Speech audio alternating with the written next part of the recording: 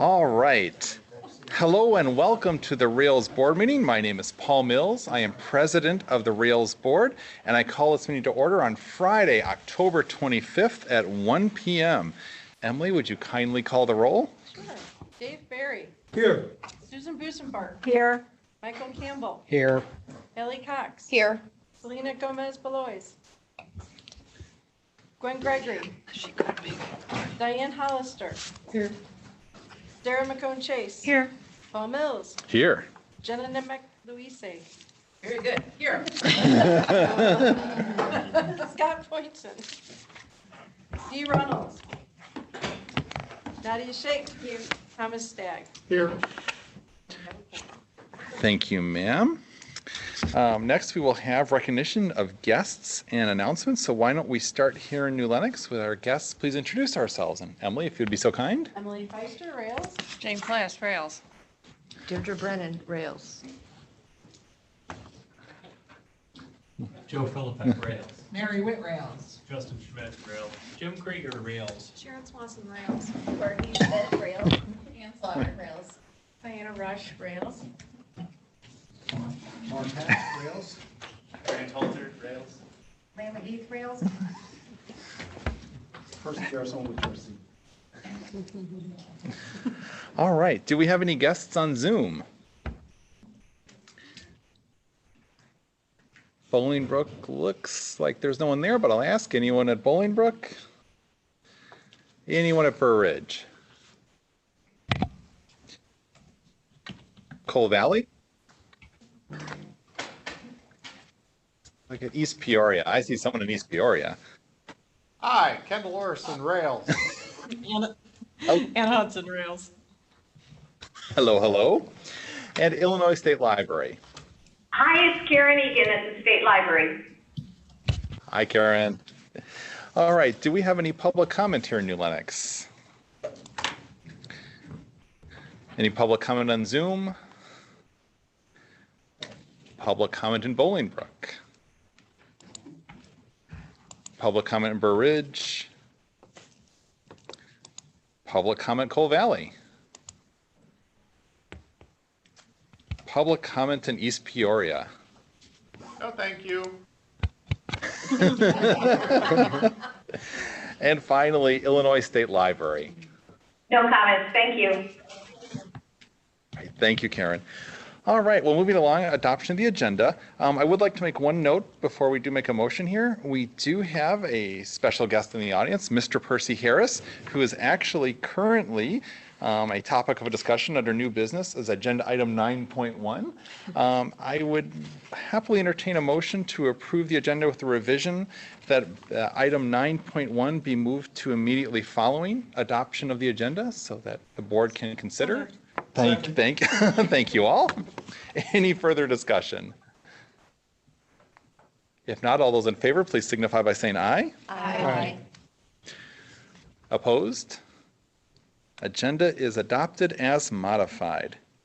All right, so moving along, actually, this is item 9.1. As you may recall, Mr. Jay Caston, who has served on our board, did need to resign.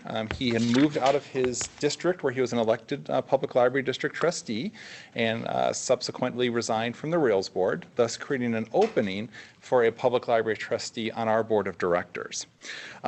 This past spring, not that terribly long ago, we actually had an election, and the candidate who was the next runner-up, Mr. Percy Harris, who is a trustee from the Homewood Public Library, we reached out to him. He had expressed an interest in serving and completing Mr. Caston's term, which would be through June of 2021. I had the wonderful opportunity to meet Mr. Harris, actually at the Illinois Library Association conference. And earlier this morning, actually, the executive committee met to discuss this opening and did make a recommendation that Mr. Harris be appointed to fulfill this unexpired term. So may I have any, is there any conversation and any questions about that? If not, I would greatly appreciate a motion to accept the recommendation of the Executive Committee to appoint Mr. Percy Harris to fill the Public Library Trustee seat of Jay Caston. So moved. I think we're going to say Sue, and then we'll say Dave to second that. Is there any further conversation about that? If not, all those in favor, please signify by saying aye. Aye. Opposed? All right, motion carried. Excellent. Mr. Harris, would you be? Would you kindly step up here, sir? I have an oath of office to administer to you, sir. If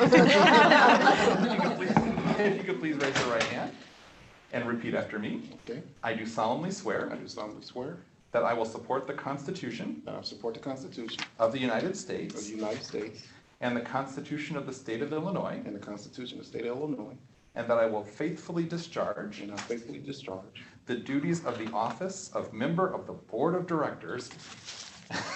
We'll just go with faithfully discharge the faithfully duties discharge of the office of the office of member of member of the Board of of the Directors Board of Directors of the Reaching Across Illinois Library System of the Reaching Across Illinois Library System according to the best of my ability. according to the best of my ability. Congratulations, Mr. Harris.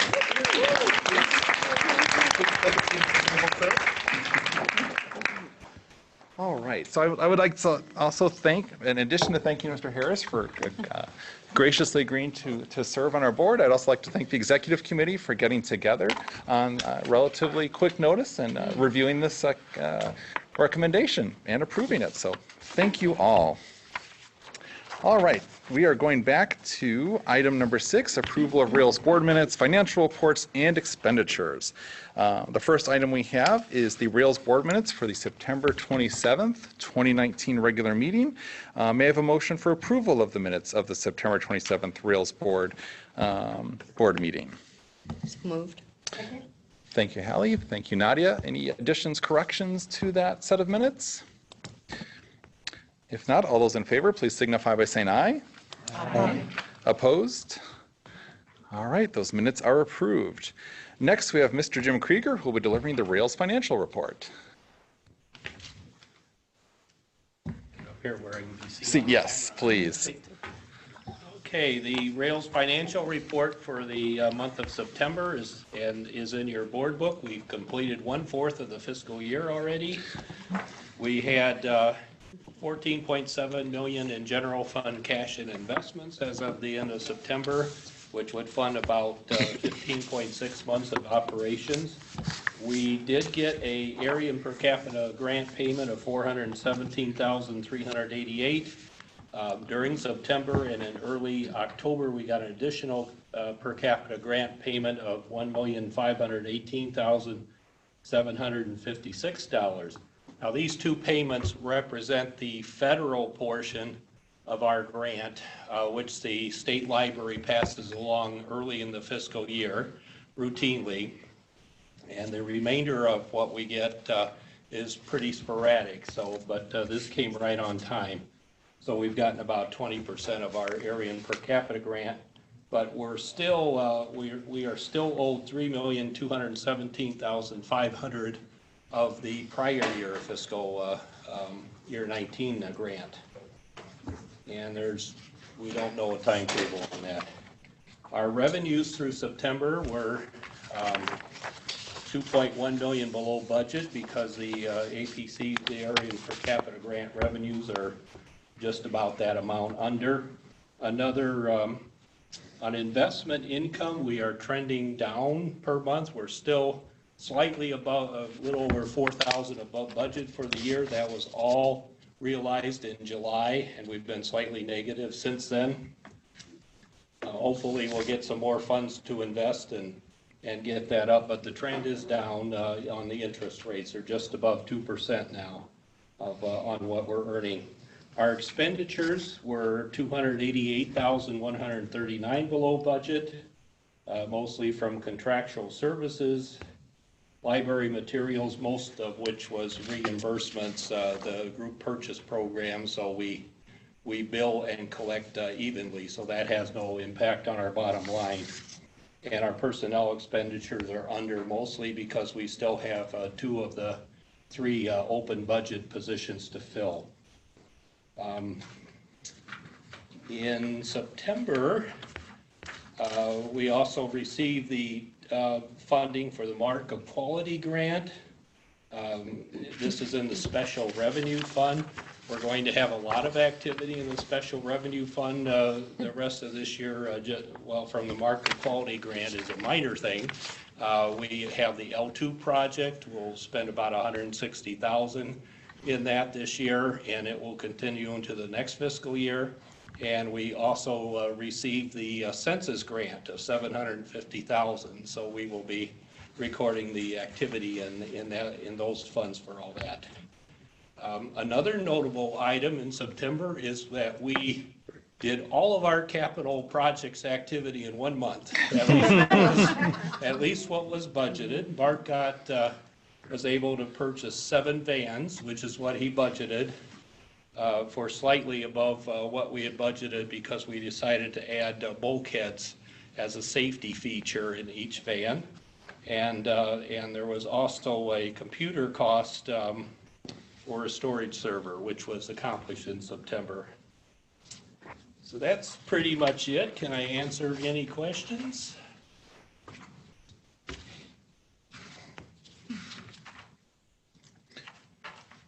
Okay, We we can, can move to the expenditures. yes, we can move the expenditures, sir. At the end of the financial report is a listing of all the expenditures we incurred, we paid during the month of September, and it's by vendor. The total is $984,146.61. Are there any questions on the items listed? What the heck they are? Oh. Some of the vendors. No questions for Jim? Well, if not, may I have a motion for approval of the check voucher register for September of 2019? So moved. Thank you, Michael.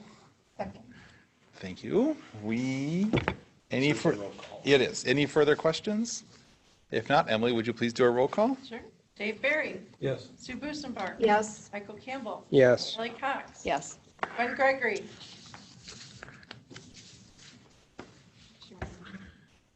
Percy Harris. Oh, hi, Gwen. Percy Harris. I'll abstain. Diane Hollister. Yes.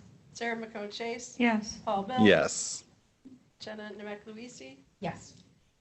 Dee Runnels, you here? Nadia Shake. Yes. And Tom Stack. Yes. Thank you, Jim. And thank you, Gwen. I should know, Gwen, She joined late. she did join late, yes. And Gwen is not feeling well, but we thank you, Gwen, for joining us, and we do hope you'll feel better. All right, we are down to reports, and the first report is mine. Actually, I'm going to be doing several reports as I look at this list this particular month. The first and foremost, I'd like to note, earlier today we had a special event for Jane Plass, who was announced several months ago is retiring. Many of you here were in attendance, and I really appreciate that support for Jane. Jane has simply been instrumental to the development of libraries in our state for decades. I said it this morning, but I want to repeat it. I first met Jane, I think it was 1999. Does that sound right, Jane? 98? Early 2000, I started Was at DuPage. it early March 2000? 2000. It was a while ago. And I was working at the Bensenville Community Public Library District, and Jane was the automation consultant for what was then the DuPage Library System, one of our predecessor systems. Jane and I met to talk about Magic, which was one of the consortiums at the time. And Jane and I then visited every school in Bensenville because they were members of the consortium. And the thing that I said this morning and it stood out to me was that not only the expertise that Jane displayed in working with our school librarians, but the kindness and compassion and helping them with whatever issue they may have had. And I think those things, her depth of knowledge, but also her compassion and kindness in working with others have been hallmarks of her profession as long as I've known her. And I am incredibly proud to have worked alongside her, and I'm very sad that she's leaving, but I'm also very happy for Jane as well. Thank you. So, yeah. Thank you, Jane. Also, I'd like to note this morning that Emily and her team did a fabulous job putting together an event for Jane. That Mostly my team, but yeah. it was a fabulous thing. So, thank you, Emily. Okay, we are now moving on to the Rails Board committee reports, and our first committee is the advocacy committee, and that would be Michael. Thank you, Paul. The advocacy committee met on Monday of this week, and our committee obviously lost somebody with Jay, and we're sorry that Jay has left us because he was a great committee person on that one. But we did have several good reports this past week. One of those was on the school librarian piece of this and K-12 school libraries. We obviously discussed talking about advancing K-12 libraries, helping the ISLES group, which is the K-12 librarians, and how we can do that. I believe we're going to be asking somebody from the ISLES group to come to our next advocacy meeting to talk to us about that and how we can help them here at ISLES, here at Rails.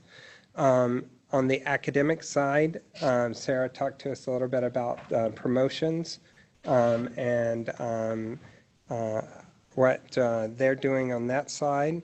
And then we talked a little bit about diversity and the census piece of that and how that's playing into the census piece in libraries across our area.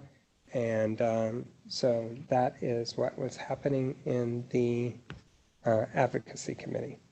You had a good meeting. Yep. Anyone have any questions for Michael? Thank you, Michael, for your report.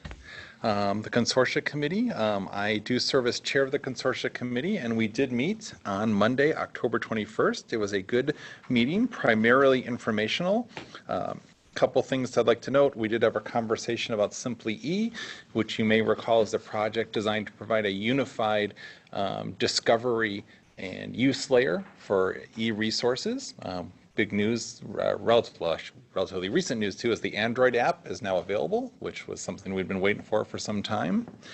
Ann Slaughter gave a report on the status of LSAP support grants. We also discussed Rails continuing work for FY 2022 for support formula, and anticipates making a report to the Consortia Committee in January, which will be our next committee meeting.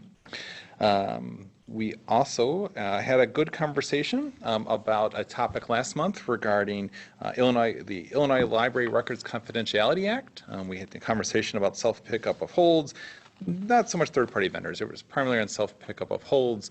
You may recall at our meeting when we were in Coal Valley. Yes, we were in Coal Valley, right? Last month, yes. I had to think about that.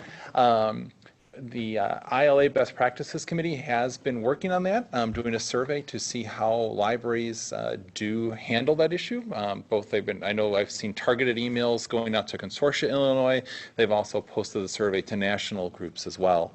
And just as a reminder of this issue, the concerns were expressed earlier this calendar year regarding a library using a patron's full name on items available for hold in a public area.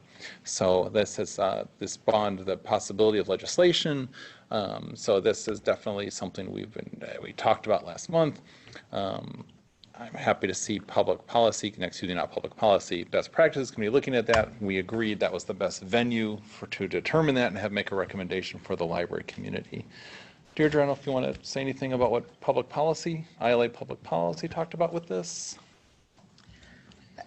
Sure. Sorry, I have my back to you folks. Oh, yeah. Hold on just a moment. Sorry about that. Okay.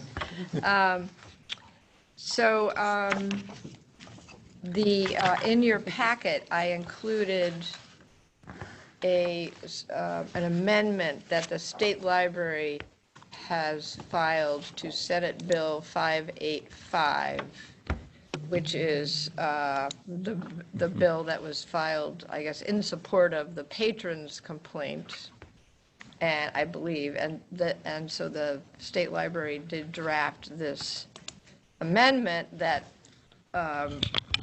calls for, thank you, a code and defines personal identifiable information. So we're hoping that, we think that this will, that the Best Practices Committee is now engaged in, developing sort of implementation suggestions for how libraries could, what they can put on the labels that will not convey the personal identifiable information. So I think we're making progress on this. Thank you, Deirdre. Yep. So didn't mean to steal your thunder. I was just thinking about it because we did talk about the consortia committee meeting. Yes. Yes. As always with Rails Committee, the documents are available on the website. We did kind of take a deeper dive into some issues, including our Exposing Consortial Holdings Working Group, which they completed their work, and there's a relatively detailed report there that I won't dive into at this point, although if you want to talk about it, I'd be happy to do so. Any questions about the consortia committee? If not, we will move on. Oh, it's the executive committee, which also appears to be me. We have completed that business. Again, I just earlier with Mr. Percy Harris joining the board. Again, I'd just like to thank the committee for getting together on short notice. Very much appreciated. Next, we have policy committee. Gwen's voice is... She can't talk, but she emailed me something. Is that okay if I I just read it? Emily, that would be wonderful. Thank you. The policy committee met on October 16th, 2019. Our current task is to review the draft employee handbook. We reviewed a good portion of the document, had discussions, and made several suggestions to Rails staff members. We have scheduled several additional meetings to review the rest of the draft before bringing a revised draft to the board for review. We hope to have it ready for the board review by March 2020. Thank you, Emily, and thank you, Gwen. Any questions for Emily?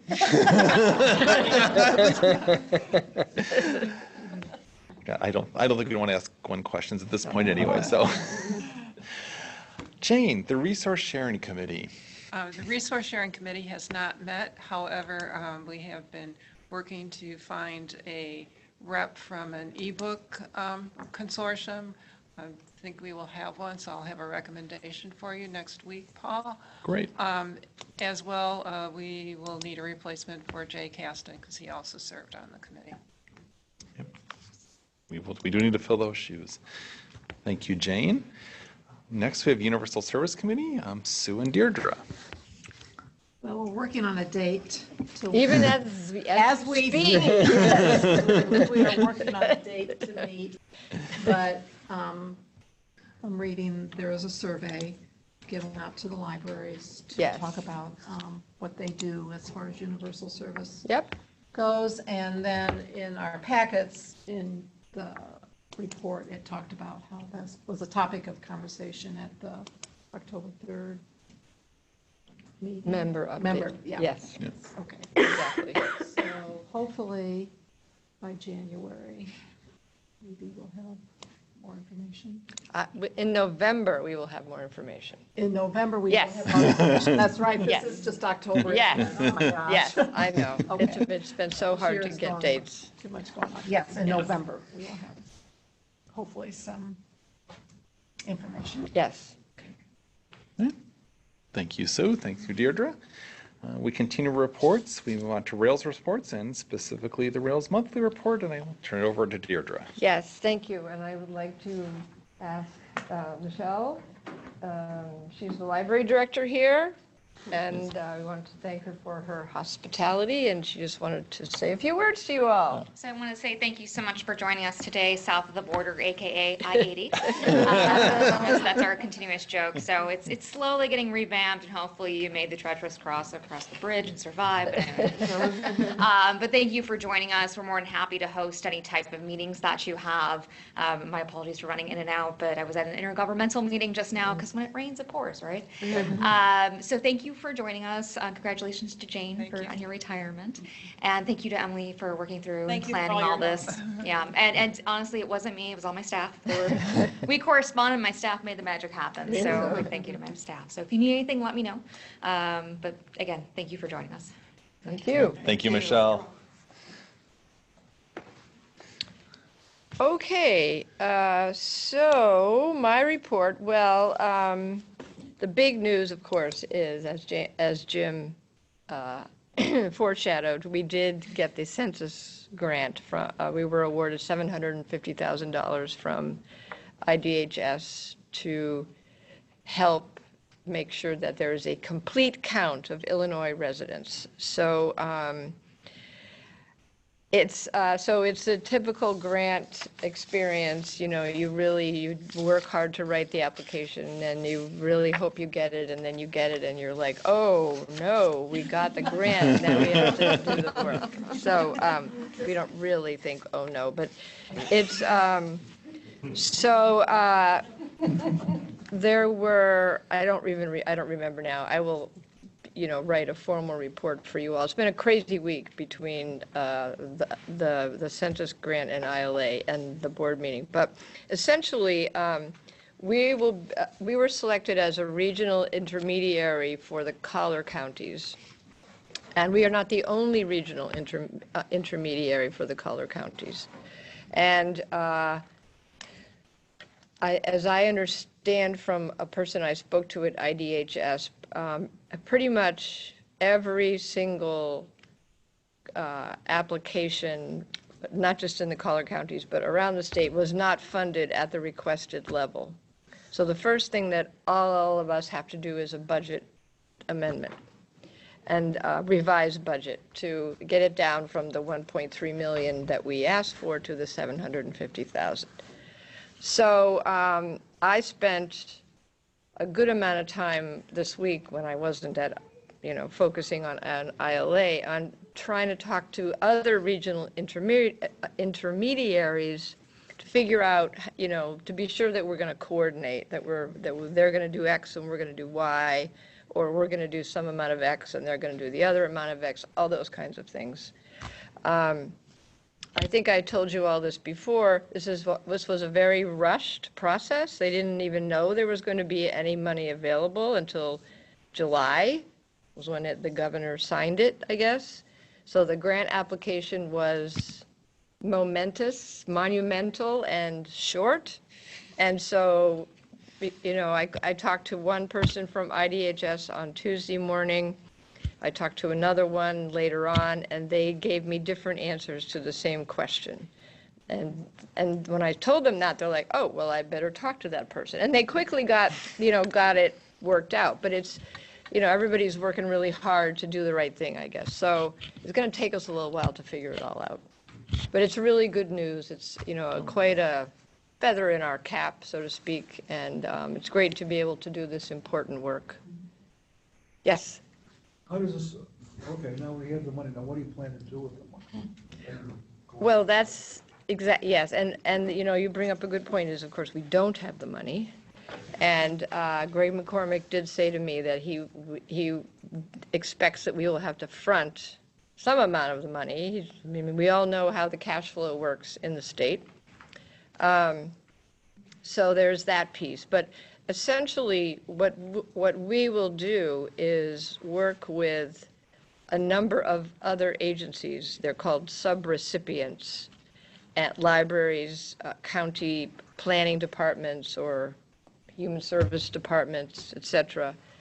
And they now have to do grant applications back to us.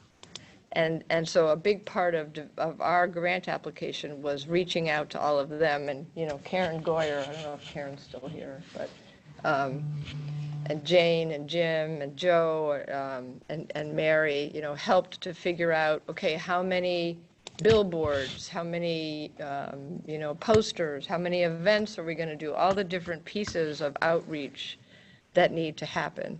We're not going to do them. We may do some training for librarians or other, train the trainer kind of thing, but it's really the boots on the ground thing in the counties and the municipalities and the libraries. A complicating factor is that all of the subrecipients, and we had to be GATA compliant, and not GATA, and I don't even know what that means. Do you know what that means? No. General Accounting Transparency Act? Okay. I think it's Thank you. something like that. Yes. And libraries have never had to be this for library purposes. State library grants don't require that. The state library itself is not GATA compliant. So this is something that we've been spending a lot of time helping the libraries get that done. There's online forms and approvals from the state, and so there's a lot that we have to do. We did hire someone. We didn't hire her until we knew we had the money, or we're going to get the money. So she does start next Friday, November 1st. And that's going to be a huge help because somebody really needs to be out there, managing all this. So, does that answer your question? Kind of, okay. So that's what I know about the census grant right now. Let's see, you heard a little bit already about the self-checkout of holds, latest developments. We also did talk at Public Policy and Advocacy at the beginning of the month about asking for an increase in the per capita grant and asking for new funding for statewide database access. The strategy there being that statewide database access would help libraries locally not spend, hopefully money on databases that the state is buying, which then they could reallocate, and potentially it could even help libraries deal with the minimum wage. So, here, that was that, and let's see, what else did I wanted to say? You saw I forwarded you the latest, very interesting and somewhat hopeful information about the ebook embargo that ALA has been asked to testify before the House Judiciary Committee. So that's kind of big news, I think, and I hope. We'll see where we go with that. And then I did want to say, I don't know who else was at the advocacy workshop yesterday at ILA with the two senators. Were you there, Dave? Did you hear him say, Senator Hastings say, that in terms of the minimum wage, as the time goes on, they may pass a law to mitigate it somehow? Do you remember that? He wasn't. I do. Doing a regional minimum wage. That was it, So a just regional, like yep. minimum wage is by location. Yep. They're thinking about doing a trailer bill or something to that effect that will allow them to do per location with minimum wage as well. It wasn't a promise, it was just a recognition, I think. Right, and as time goes on, if it is as hard as for libraries to, raise their salaries as seems to be feared by many, that there would be some way of dealing with that. That is my report. I'm happy to answer questions. Any questions for Deirdre? How many sub-grantees is? Well, Rails we looking still at don't for know. that? Yeah. Because they have time, there's still time for them to become eligible with all the hoops they have to jump through. But I think there's going to be over 20. Good. Did you want to say anything about or do you want me to, about the Heartland meeting? Either way, ma'am. I'll leave it to you. Actually, so If you don't mind. No, yes. perfect time to say it. Deirdre and I did have the opportunity actually to meet with the board president of the Illinois Heartland Library System, our counterpart in Central and Southern Illinois, and also executive director of the system.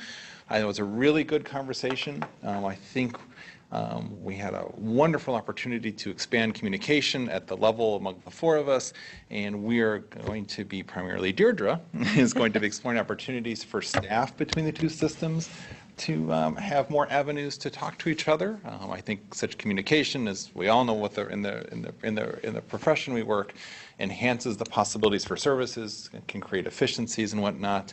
And we will also be just talking about opportunities for the two boards and the Illinois State Library to get together. Next spring, Next we hope. spring, yeah, next spring. I was really pleased with the conversation that we had. Yes.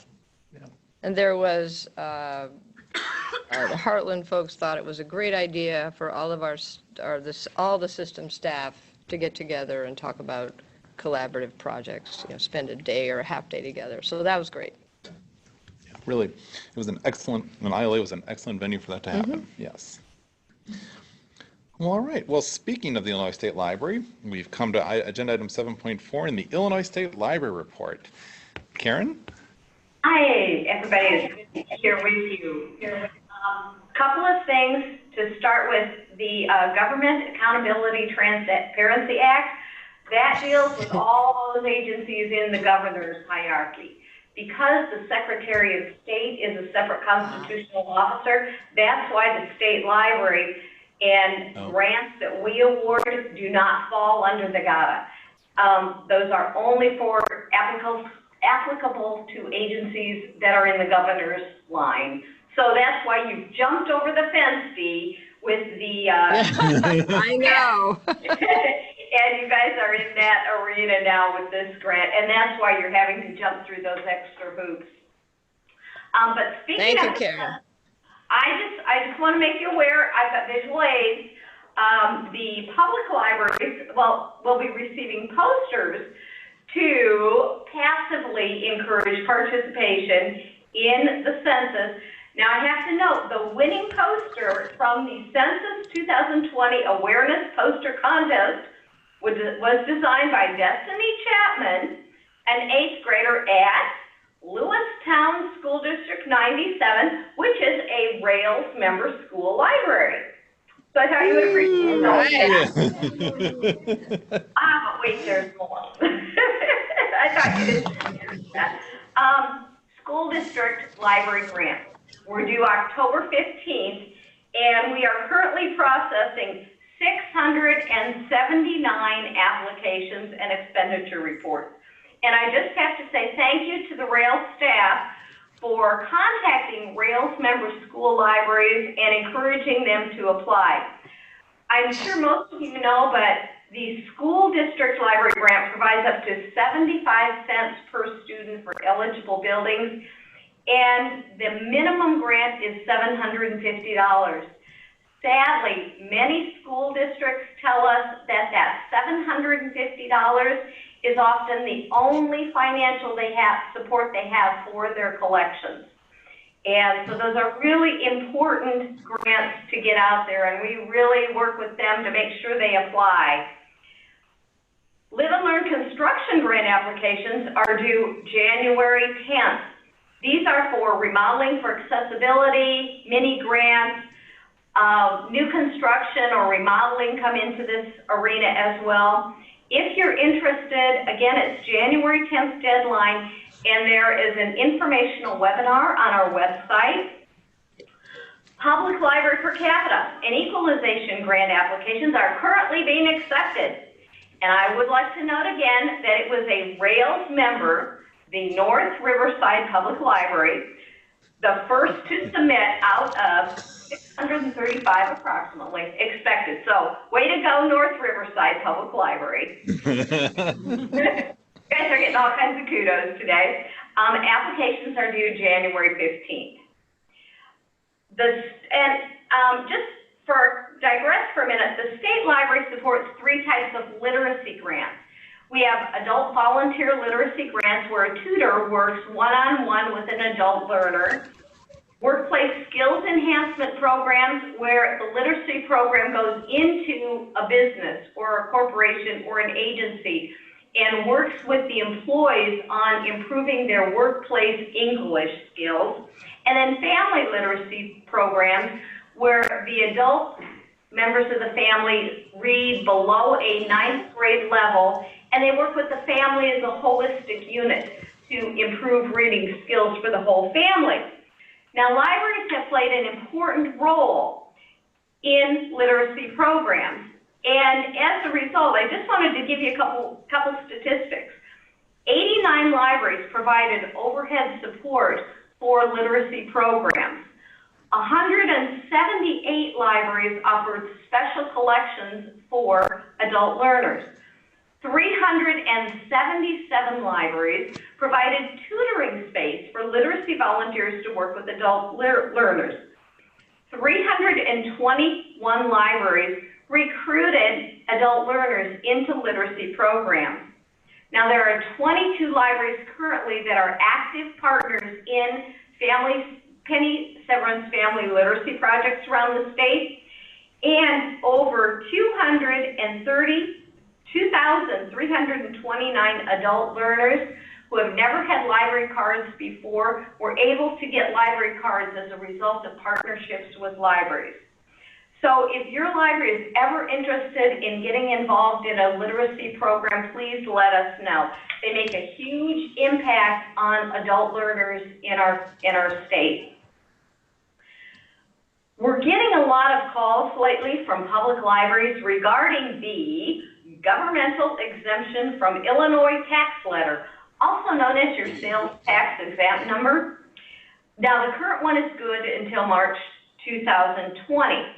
After the first of the year, the state library will be mailing out the new tax exempt letter to all public libraries that do not have their own. They'll receive an individualized letter that states they're authorized users of the number, and these are for public libraries that don't have their own sales tax exempt number. The new one will be good until 2025, but these will be sent out as soon as we get that new number, and it should be probably in January. The only other thing that I have is if anybody needs additional family reading night, bookmarks or posters, another visual aid, we have extras. So if you would like those to promote your family reading night program, by all means contact us and we can have them shipped off to you. Does anybody have any questions for me today?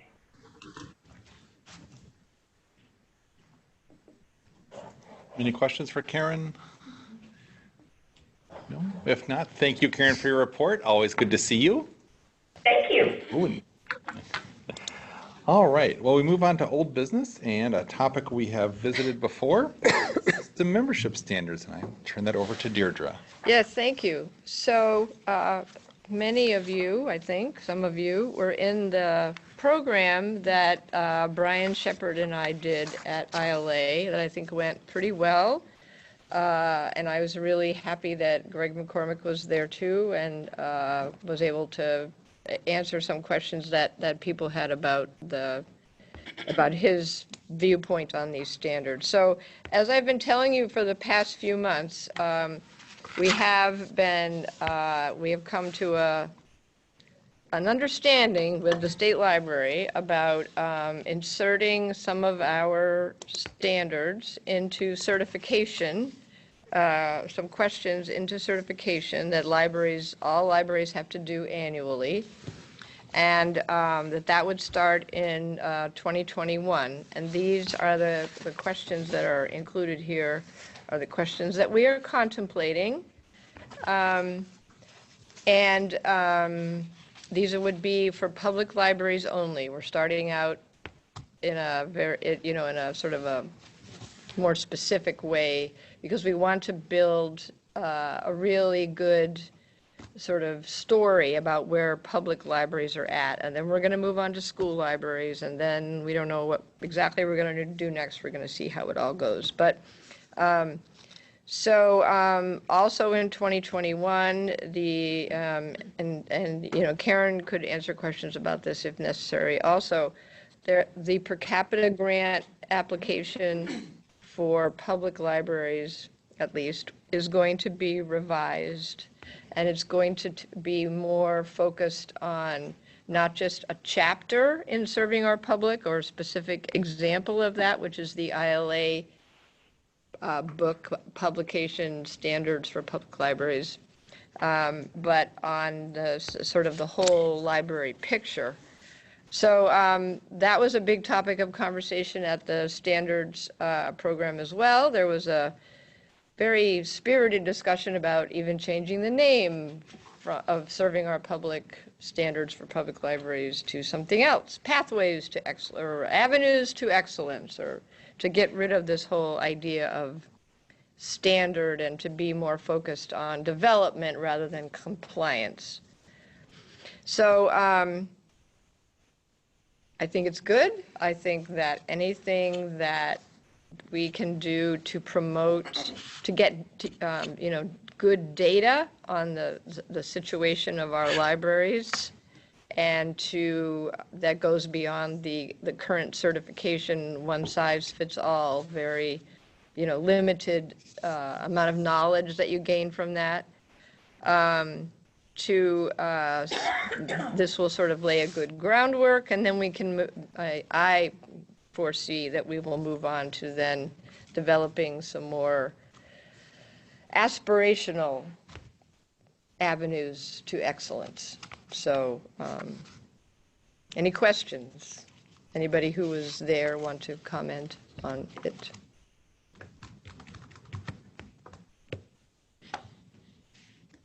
I thought it was a good conversation, and taking advantage of my family situation. I'm a library director. My wife is a library director. My mother-in-law is a retired library director, and we all live in one house.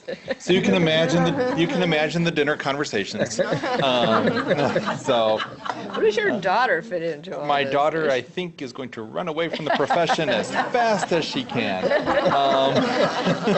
But I would note my mother-in-law ran a fabulously successful library, and in what's now the Heartland.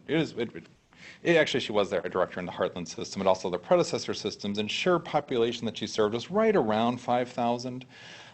She met these criteria easily, exceeded them, actually, I would say, in every respect. So it is, I think, a good start. I know there's been many conversations, and I think Deirdre's point was a very important one, that this is designed to be a tool for development and a tool for advocacy, to advocate for the importance of supporting, in this particular case, our public libraries. So I'd like to really, congratulate Deirdre for just sticking with this project for 5 years now. We talked about, yes, and it's been. Rub it in, Paul. No, it demonstrates perseverance, and I'm really glad that we, as a regional library system, and with all our other partners, have continued this conversation. Yes, and I appreciate all of the hard work and support. And it's just a hard thing to talk about with people who have not worked with standards. People who have worked in other states, they don't understand what the problem is here. I mean, we have colleagues in Illinois who've been directors in other states, and they are like, I don't get this. This is not hard. But, for Illinois, it's a little bit harder. So, but we're getting there. So that's the main thing. Any questions about the standards section of our agenda? No? Well, if not, we move on to the service of the month, and this time we'll be continuing education and consulting. And we have our CE team coming up. So we do have a team, but it wasn't always a team. And in fact, when you go back to 2011, this was a team of zero. This was not a service that Rails could offer, and that team grew to one a couple of years after Rails was founded, and then after a couple more years, two, and now a team of three. So we're very pleased that I'm able to say that we will be able to grow our services. So we want to talk to you a little bit, just a broad overview of CE consulting and some things that we're looking to do, and then obviously open up to any questions or comments that you guys might have.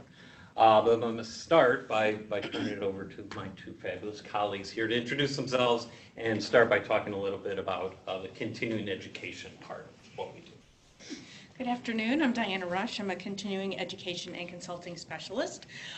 So I'd like to talk about, just really quickly about what we do offer as far as CE in format. So we have video conferencing and live streaming, in-person workshops, and webinars.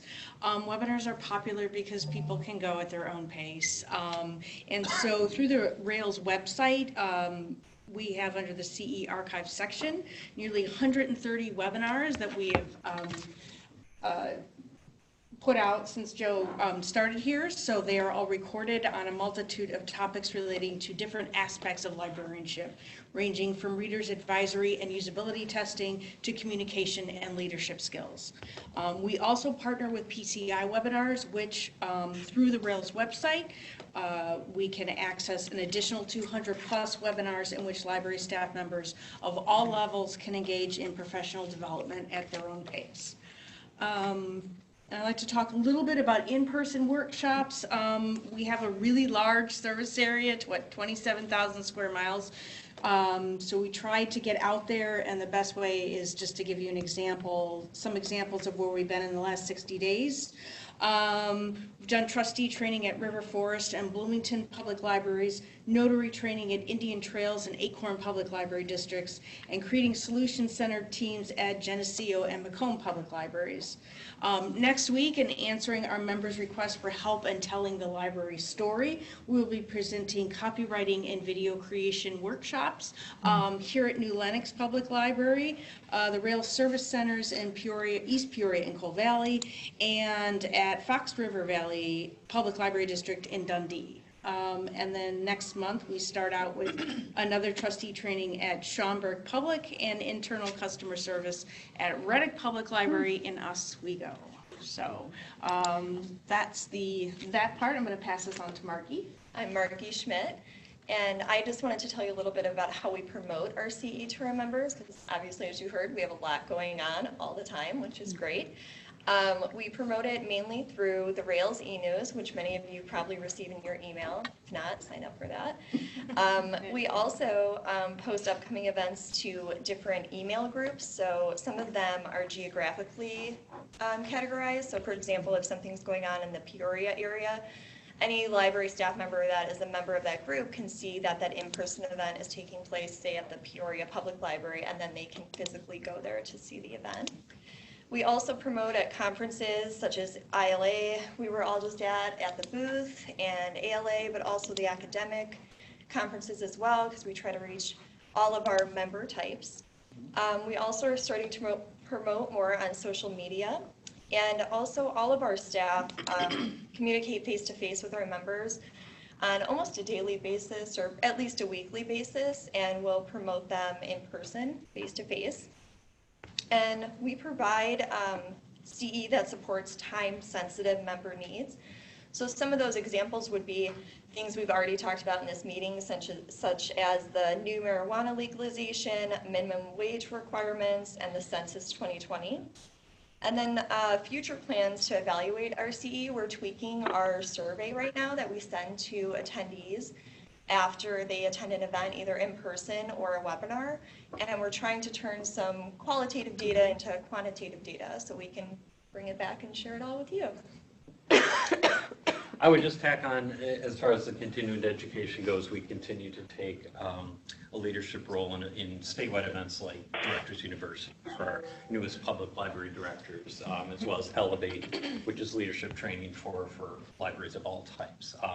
And each year, about 150 people from across the state, regardless of the title, are able to kind of participate in something like Elevate, and obviously for our new directors. And obviously our CE event grants, which you guys, I've talked to you about before, but basically giving money to groups, whether it be networking groups, consortia, and even individual libraries that are interested in opening up their library or their venue to training for members in their area. And we've awarded more than 50 grants over the last 4 or 5 years, totaling in excess of $100,000 to help make those continuing education events happen. So those are a couple other larger CE initiatives that we're involved with. I'll spend a few minutes though talking about the other sort of part of our job title, which is consulting, which is kind of a, we have both structured and unstructured components of. The structured components being programs that maybe some of you are aware of. We have obviously relationships with, say, HR Source to offer this discounted membership programs for every year about 50 libraries so they can get that sort of HR and legal consulting support they need from professionals. Ansel Blake with the FOIA OMA hotline to be able to allow our members to connect to an attorney to ask questions like that. Over time, we've offered some structured consulting around digitization, E-rate support, and then things even like Brian Smith, communications team, building up that policy repository, which is just a great resource for our members who are looking for guidance.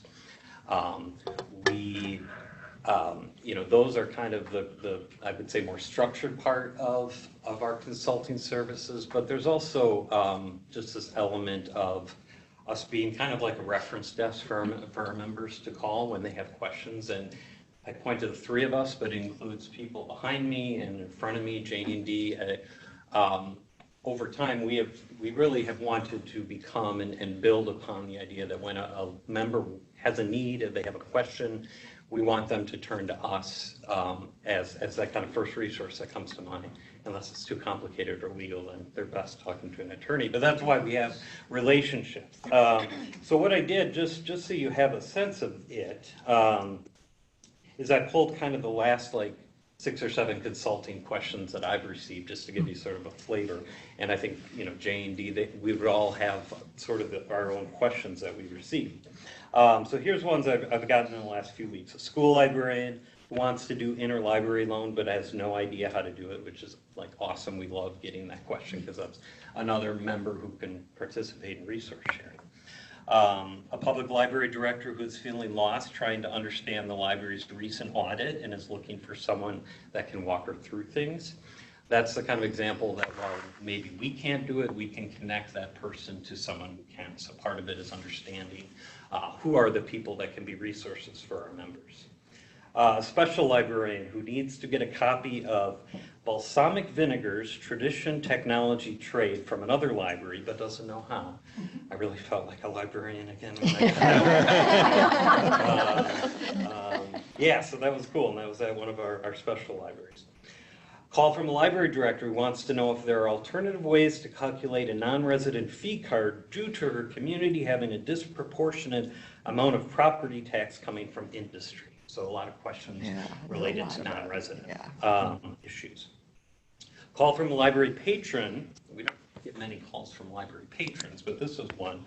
From a woman who lives on a farm and trying to understand where she needs to go to buy her library card. So she's in an unserved area. And if you had seen all the phone calls and emails that went into this, it's a great illustration of why we have an unserved committee and why we say that this is an issue and we want to make things easier and better for people. And this was, in fact, a library patron.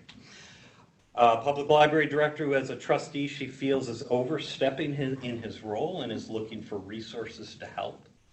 And a library board president calling to ask for resources on how to evaluate the library director. So those are, that's maybe a typical week or two of the types of questions that come to us.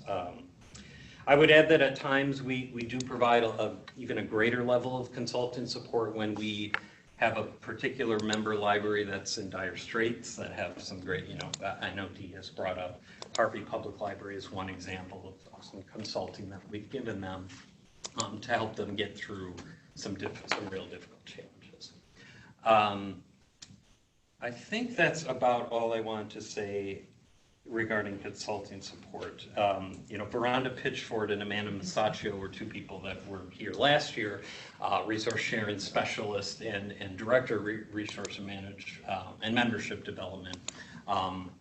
Because those positions are not, that we've restructured things, part of the reason why there are three of us is that those questions related to interlibrary loan, to non-resident issues that Veranda and Amanda previously got, those are coming to us. So that's another reason for why our department has grown as it has. I guess I'd just close by saying that you know, our job is to put our libraries in a position to do better for their community and, you know, for the library and for the staff that support them. And when we, as a system, talk about wanting to be the best library system in the country, I think that one way to gauge that is how successful our libraries, our members, are serving their community. So the three of us will work hard to continue to do things for them in the way of training and providing resources that will help make that possible for them. So that is what we have for you all, but happy to take questions or comments. Thank you. All right. Thank you very much. Excellent, you guys. Thank you, Joe. All right, well, we're actually down to item number 10, board development, and our first topic here is an ILA conference report and discussion. So for those of you who attended the conference, bless you. Anything anyone would like to share? Dave, please. Okay, I've been going to these conferences now for about 6 years in a row. And there were some highlights in this, you know, trustee day I'm speaking specifically about. I thought it was a little weak this year. Okay. It seemed to have enough topics, and some of the topics there have been repeated a couple times. I know one of my trustees wanted to hear more about, he's a CPA, he's a new trustee, he's a CPA, he wanted to hear more about financials. If that could be an area that could be explored for the next conference. That being said, I really enjoyed the speaker who talked after the trustee breakfast, continental breakfast, kind of like talking about frames and how we go out and talk to the people in our communities and how we develop our own stories, how to write a library story. She had the ability to excite me, is what I'm doing. Was that Megan? I forgot her name. Okay. I got her name too. She told a story about the little boy. Right. Yeah, that was Megan. Okay, great. Good. I want to give some feedback because it helps. Right. Yeah. But I enjoyed the conference as another opportunity to network and meet old friends. And after a while, going to these conferences, you see the same people.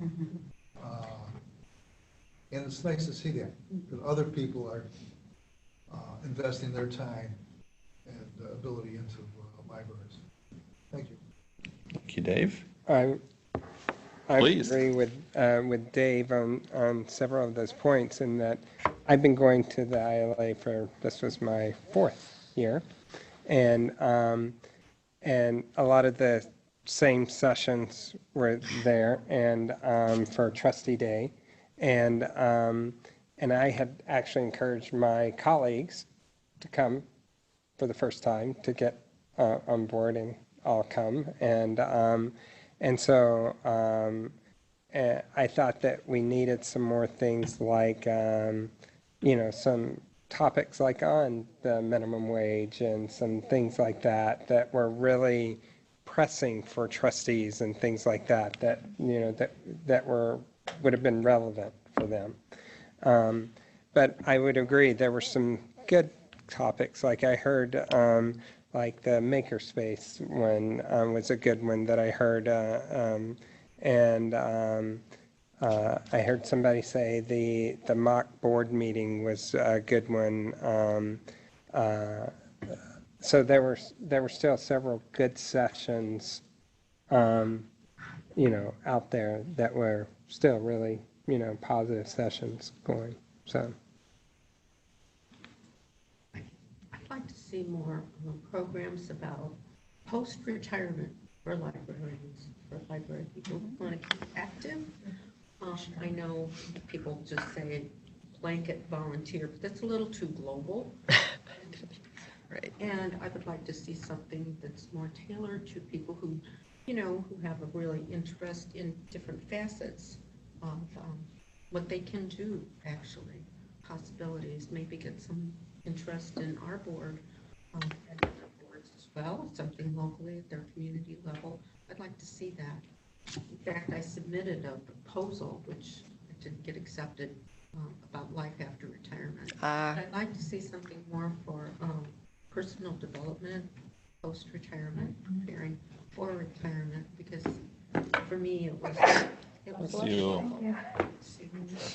after retirement, what do I do? I mean, I still work at a library, but it's coming up.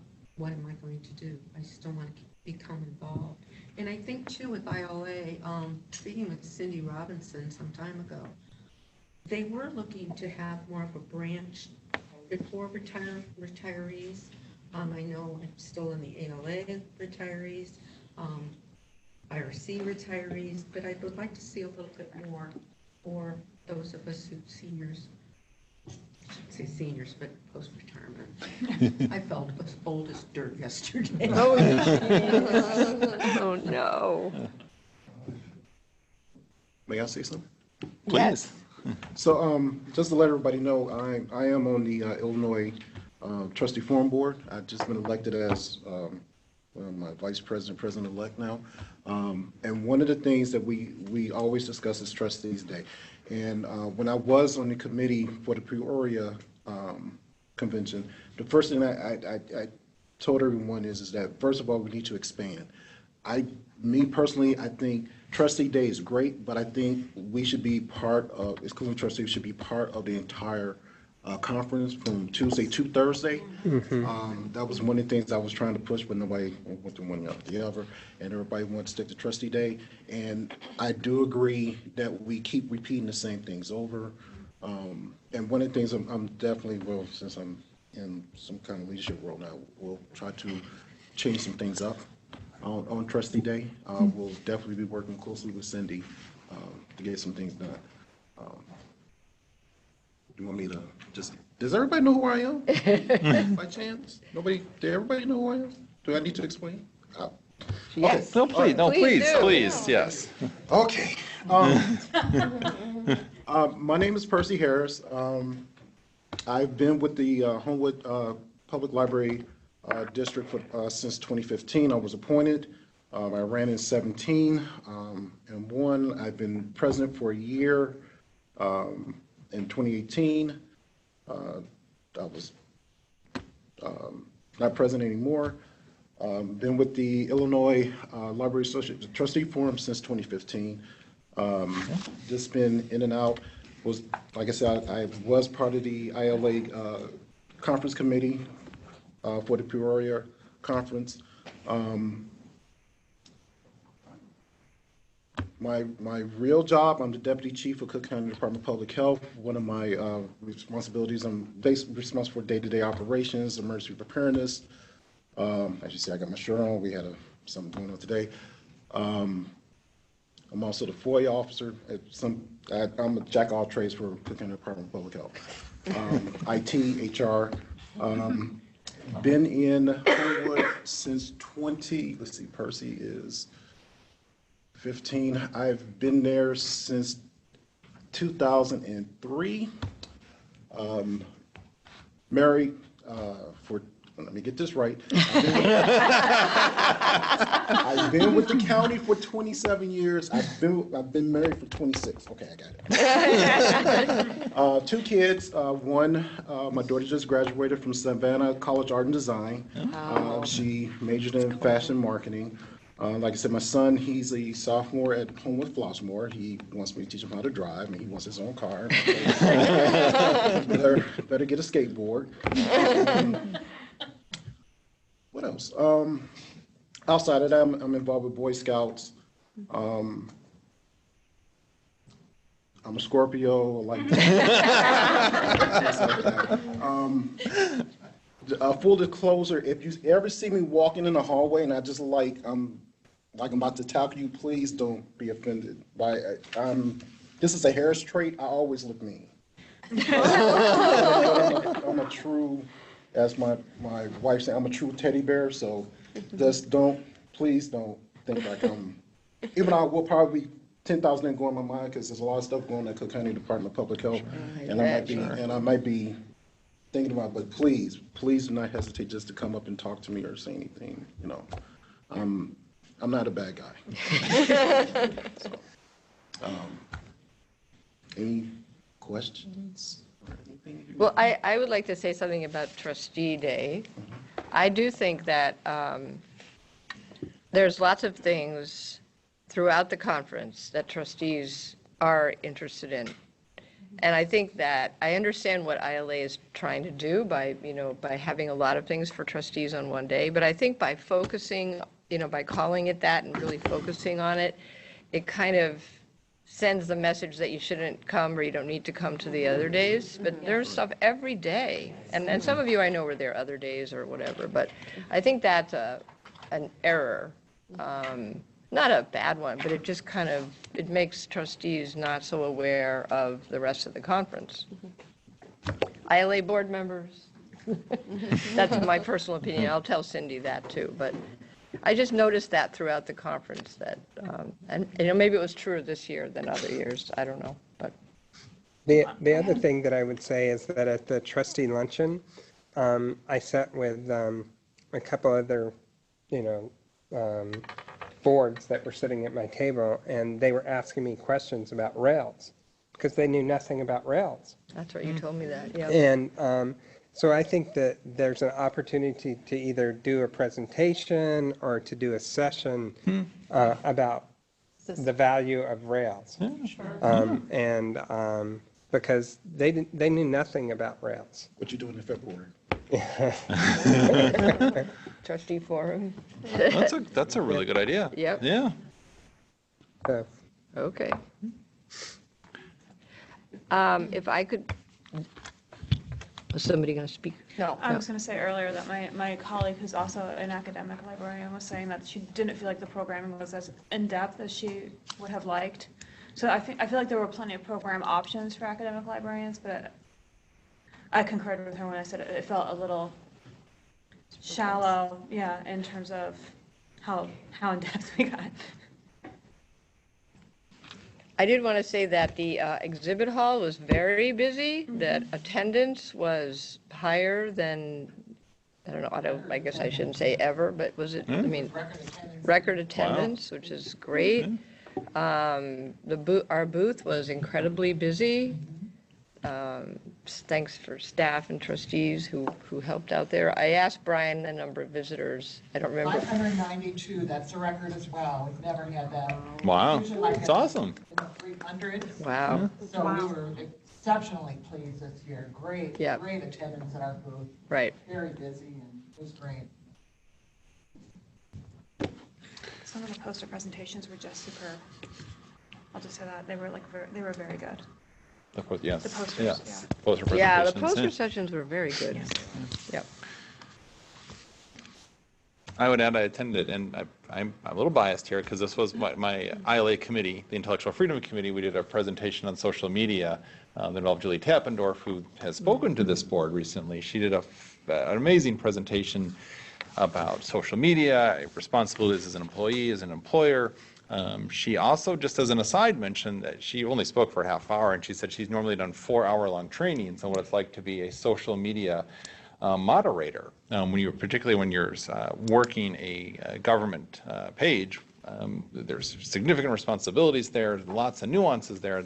I think it's actually an opportunity for a CE event for Rails to do with Julie. I was already talking to her about it. Actually. Awesome, yeah, yeah.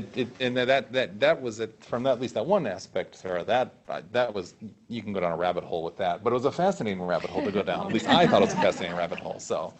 All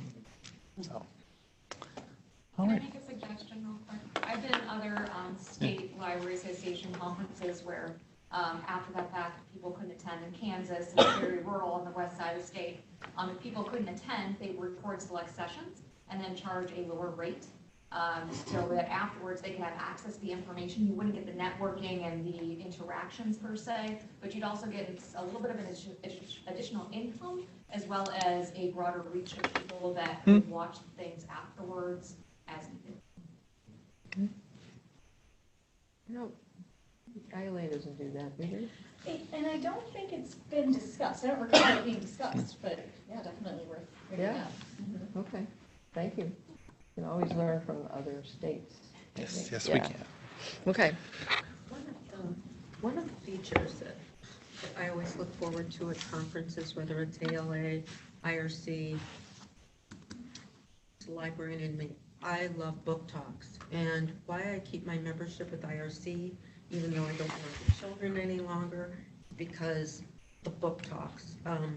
Anderson's has wonderful book talks. Becky Anderson, I keep my membership and it's solely to hear her. I would like to hear more book talks, whether it's for adults or children. I think this is the nuts and bolts of librarianship, at least for me, so I can find out what are the trends, what's new, what's out there as far as children's and adult books, nonfiction, and fiction, various media, non-print as well. So that's what I would like to see. That keeps me coming back. I love that too, yeah. There was a book buzz presentation, I think it was the last session on Thursday, and there was advanced reader copies, ARCs being given up, and my understanding that librarians were trampling each other to get to them. So I think that desire to hear about new books is alive and well. So that's all great feedback. Yeah. Thank you. All right.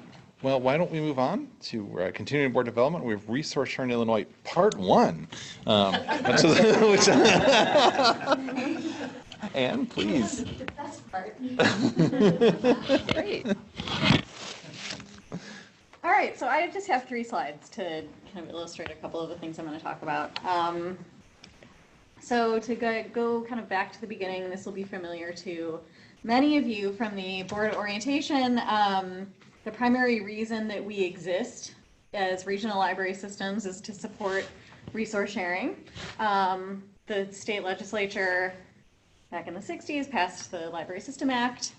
Annually, they continue to appropriate funding, the state part of our funding, which comes to us via the Illinois State Library through the Secretary of State's office. And then, we and Heartland then use that funding to help libraries share their resources, which, said broadly, is to help them maximize their collective resources by sharing as widely and openly as possible. So the most traditional form of resource sharing is the way that patrons find, request, and then get library materials into their hands. So especially that first piece, we refer to that as discovery. How are they finding what they need? The last piece is delivery, which is why this is part 1. So Mark is going to be talking to you about that last mile of actually getting interlibrary loaned materials into patrons' hands next month. But the first steps start with the library catalog. So there are several different types of library catalogs, which are sources for patrons to find the holdings of the libraries of their own home library and then other libraries in the system. So there are standalone libraries and consortia, and if you were on the board last year when we met in Aurora, I talked to you a little bit and at orientation about the consortial landscape in Rails. So a standalone catalog is an online catalog that patrons can search, and then there's staff functions that the library staff use to accomplish the library operation side of things.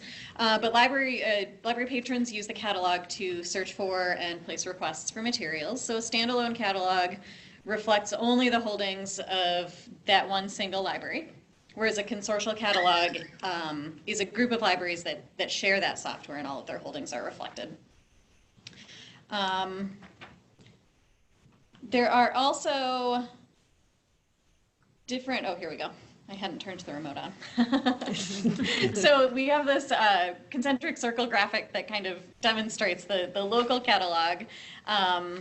For a standalone library, that is the entire catalog. And then for a consortial catalog, I live in Naperville Naperville's standalone. So if I lived in Oak Park still, I could search for materials that were only in my library and also see the other 96 libraries that are in Swan.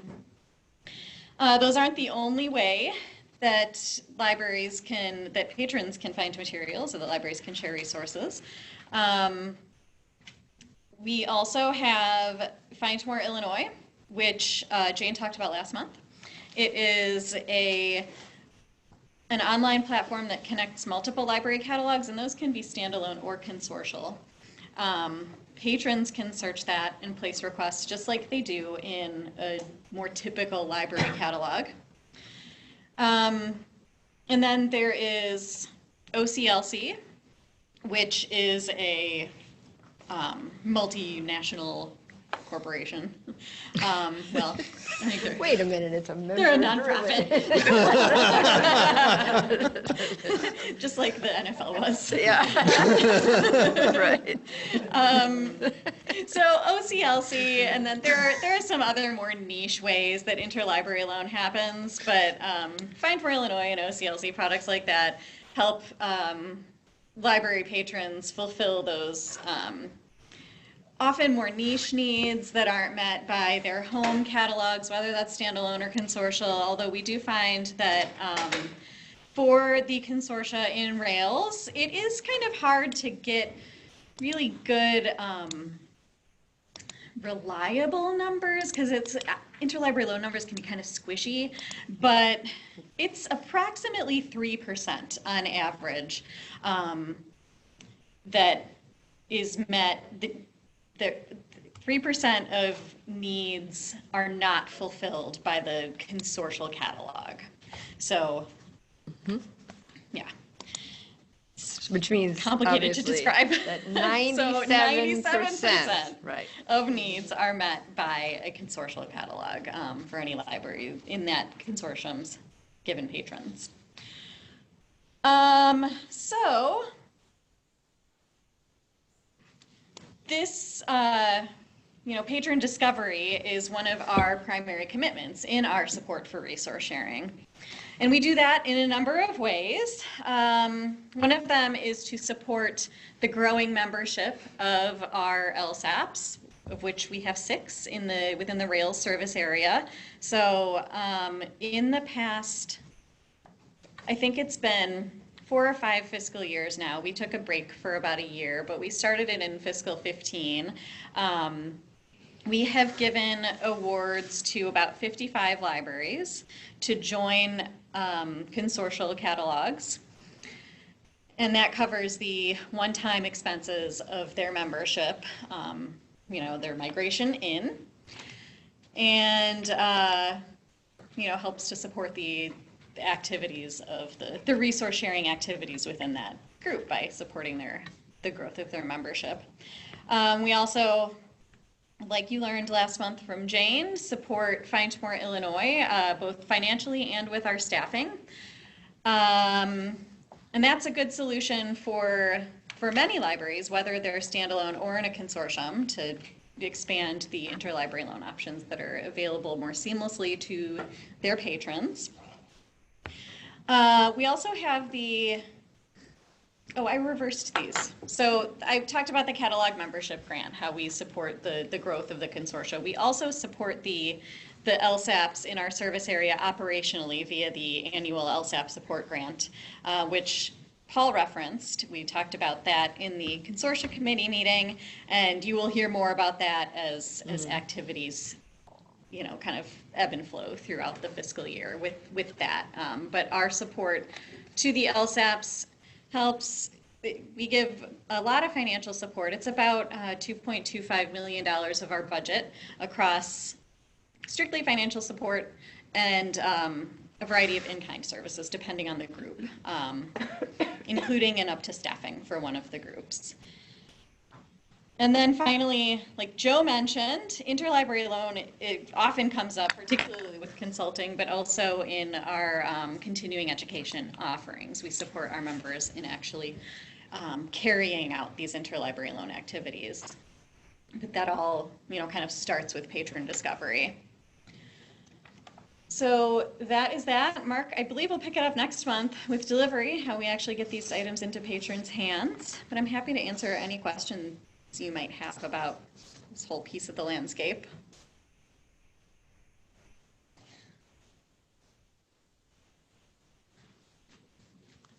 Yes. This happened to me this summer. I was looking for my book club that I'm in Peoria.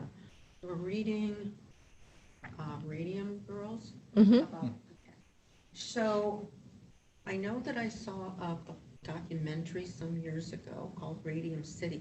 Anyway, I could not get my hands on it at all. I finally had to go to a colleague in another library who finally did obtain it from me, and it came from, I think, Washington State.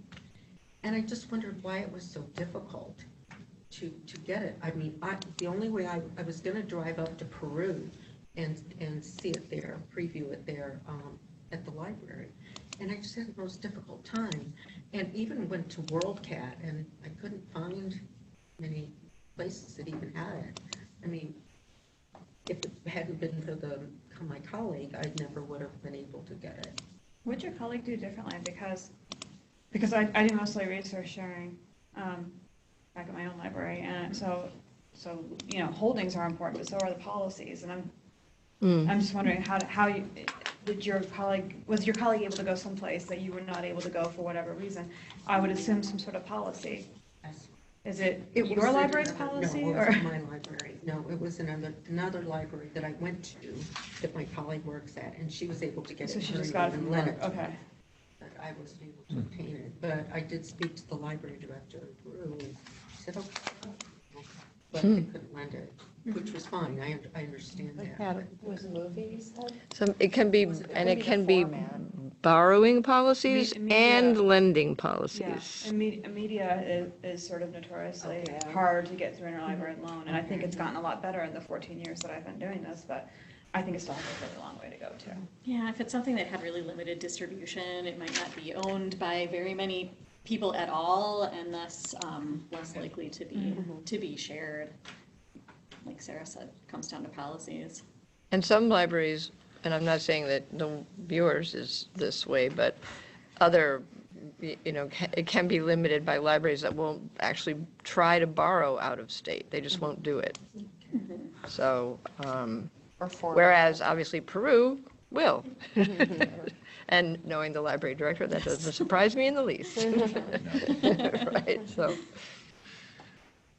Well, I'm glad you finally got it. Yes. I am too, really.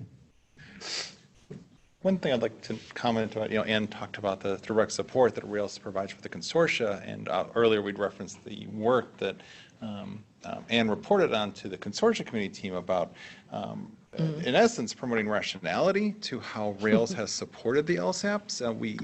When Rails formed, there was, as you might imagine, a lot of variety in how the predecessor system supported those consortia.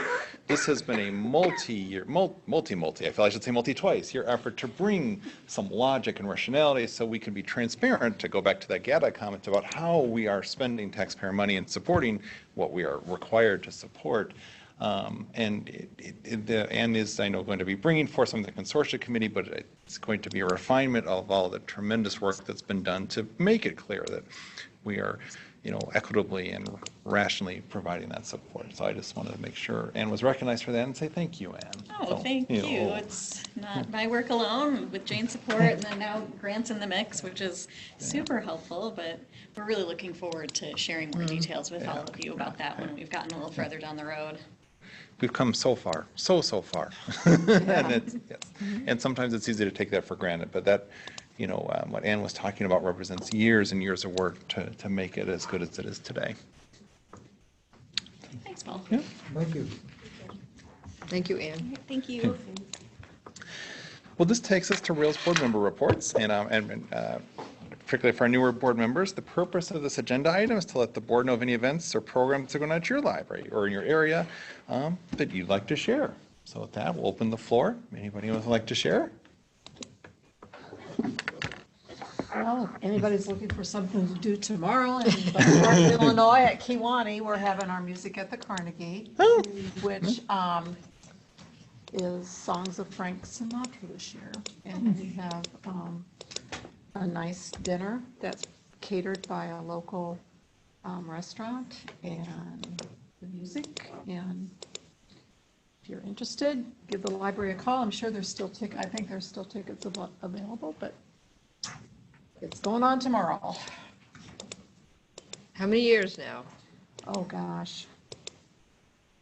I don't even know. It's been a lot, 15 to 20, I think, somewhere in there. So, and our former library director, John Sayers, has been very instrumental in doing this every year. This is kind of his baby. This is Dee Runnels. Can you hear me? Hi, Dee. Yeah, well, I'm just here to report that I finally stumbled my way into this meeting. Oh, dear. I got in on, let's see, I think the tail end of agenda item 8. So Okay. I didn't do any good on voting, but I tried. Is there something that we can help you with, Dee? Was it? It was what that the phone number wasn't listed on the agenda to call in. Oh. And so then I Okay, called around to I called Coe Valley. I finally found a nice lady in East Peoria. Who gave me?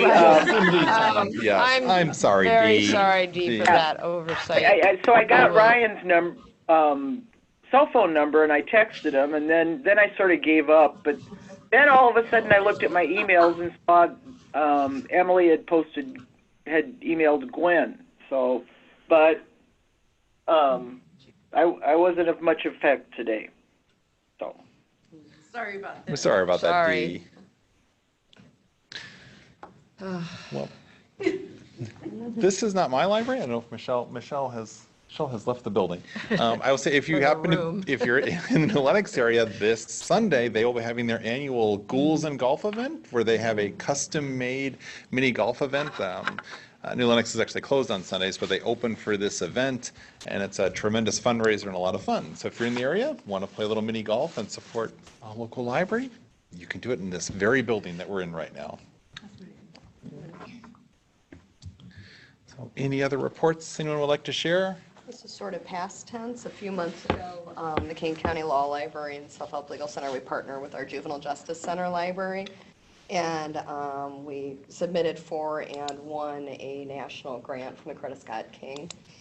So we were one of 2 national winners. We were able to, they granted us just probably 75 past and Coretta Scott King Award winners for the Juvenile Justice Center. So Congratulations. yeah, Awesome. Yeah, we were really excited about that. The kids were really excited about it too. So Cool. yeah. Please, Jenna. So on September 27th, which was the reason I couldn't join everyone in Coal Valley last month for the meeting, we opened our brand new school library at North Shore Country Day School in Winnetka. And we went from total devastation on February 1st, where our library was flooded and had to be completely gutted and remodeled, in 8 months to October 1st, a brand new 21st century future-ready library space for 550 students. All of our teachers and our staff members and our family, and they love it. Our students, especially our upper school students, say that they feel like they're on a college campus now. Oh, wow. Or that they've been Awesome. transported 20 years into the future, or they walk through the door and feel like they're in a time machine, because it's very modern and it's architecturally beautiful. And if you ever find yourself in Winnetka or you're up in that area, I invite you to come. I'm happy to give you a tour. Dan Bostrom visited the library 2 days before we opened and kind of saw it as we were still getting things in there, and it was just really delightful to be able to show him all of those things, and definitely advocate for having Dan come to visit libraries, because he told me some things that I am able to get from my school library as a Rails member that I did not know about. So I look forward to being an ambassador to other school librarians to let them know that Dan should come visit. That's great. Thank you. Awesome. I think I mentioned in the past, we've done a Lawyers in the Library program for a couple of years, which has connected really well. Based on feedback from the community, we're expanding that to other professions. So tomorrow we're going to have counselors in the community in our library. So different counselors coming to speak. And we are also planning this spring, we're going to have, we don't have a clever name yet, financial advisors. We have Well, I like alliteration, lawyers in the library, counselors in the community. I'm not financial advice. Yeah, if anyone's got an idea, we'll take them. So. Financials. Something with financials. So yeah, but it's just people really love the opportunity to connect with professionals in our space. You know, it's just an open space. People feel comfortable there. So really excited. Hoping we have lots of. Well, I hope don't allow people to need counseling, but I think it's a great opportunity to connect to folks who serve our community in that way. Very cool. Yeah, really. Looking for ideas for Bradley University, where I work part-time. I went to DC to ALA and attended a meeting for trustees and friends of the library. And we shared some ideas, but I didn't get anything really for academic libraries, things to do for the students. What we have done in the past, and we're continuing, we used to have midnight munchies. We would solicit funds from parent groups and restaurants and that.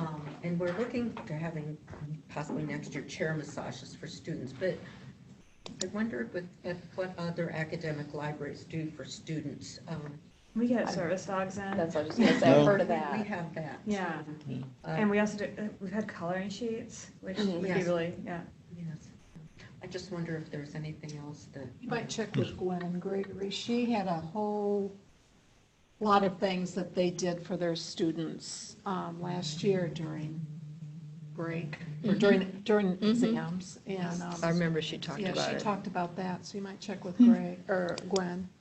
Because we're open 24/7 after things, shortly Yeah, after she had Thanksgiving. quite a list until of things finals, that so they provided Students for are the usually students. hungry and very tired. Yeah. So we try to provide pizza or peanut butter and jelly sandwich or something for them, apples.